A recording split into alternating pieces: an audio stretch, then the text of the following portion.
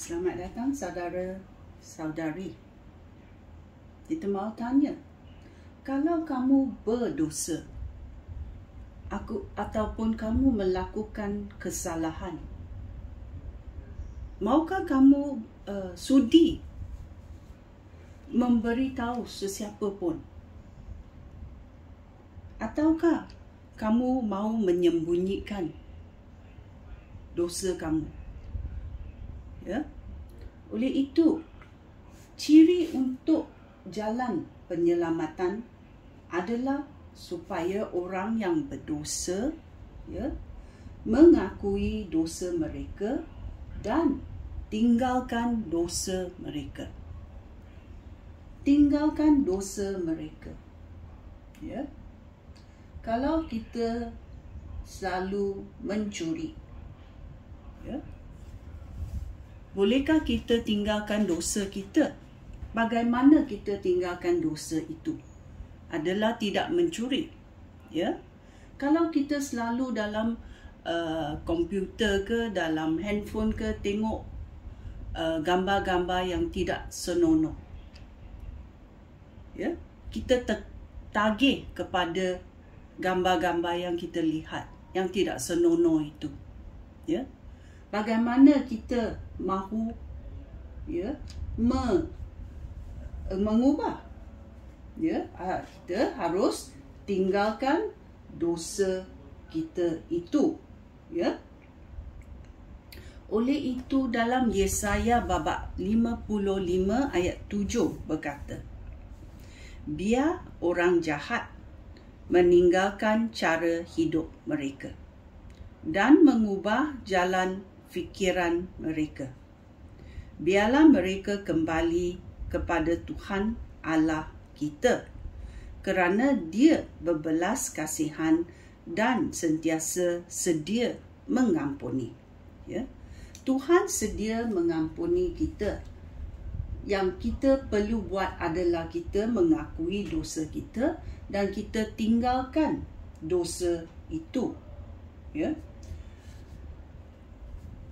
Semalam kita pun ada terbaca bahawa Amsal 28 ayat 13 berkata, sesiapa menyembunyikan dosanya tidak akan berjaya dalam hidupnya.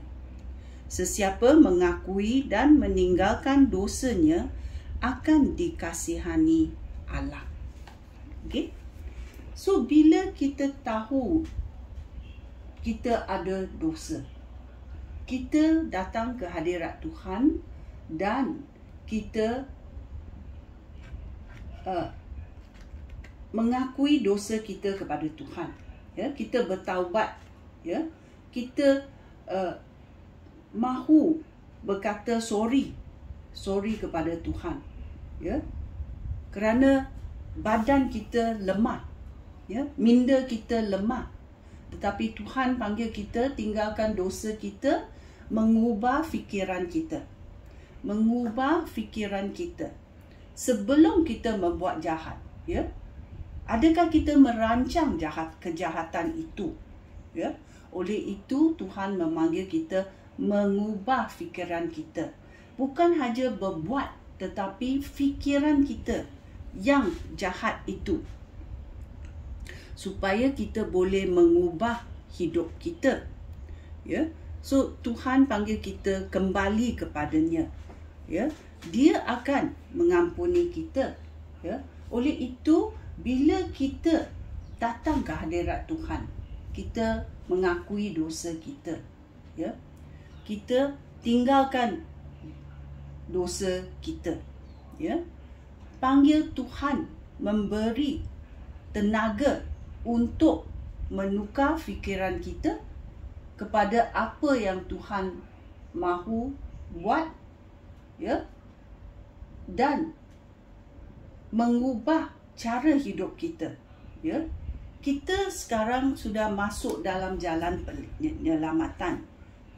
Roh kita sudah diperbarui, tetapi minda kita, badan kita, emosi kita masih belum diperbarui. Oleh itu, Tuhan Yesus datang ke dunia ini dan dia memberi contoh bagaimana menjalani hidup ini.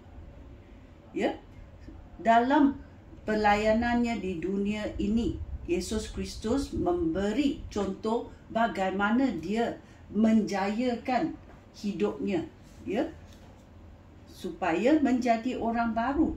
Ya, di dunia ini ada banyak yang menyakitkan, ya, tetapi Tuhan cakap dia sudah menempuhi segalanya.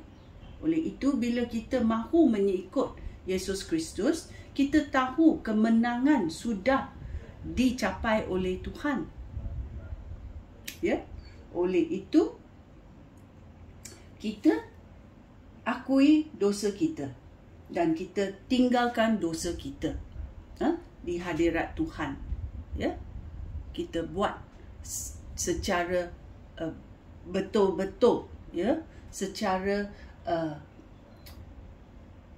mahu meninggalkan dosa itu, kerana dosa akan menderitakan kita.